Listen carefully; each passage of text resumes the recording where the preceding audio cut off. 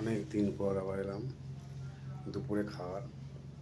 এই যে দেখুন, এই যে মোচা, একটা বেগুন ভাজা, ভোলা মাছ, আর এই যে বড় আর মাছ, বড় আর মাছ। হ্যাঁ, দেখি একটু মোচাটা খেয়ে দেখি। মোচাটা খেতে তো ভালোই লাগে, সবাই জানে।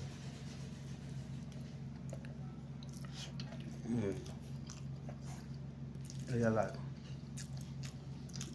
বেগুন বেগুন বেগুন কালকে তো ভালো লাগে।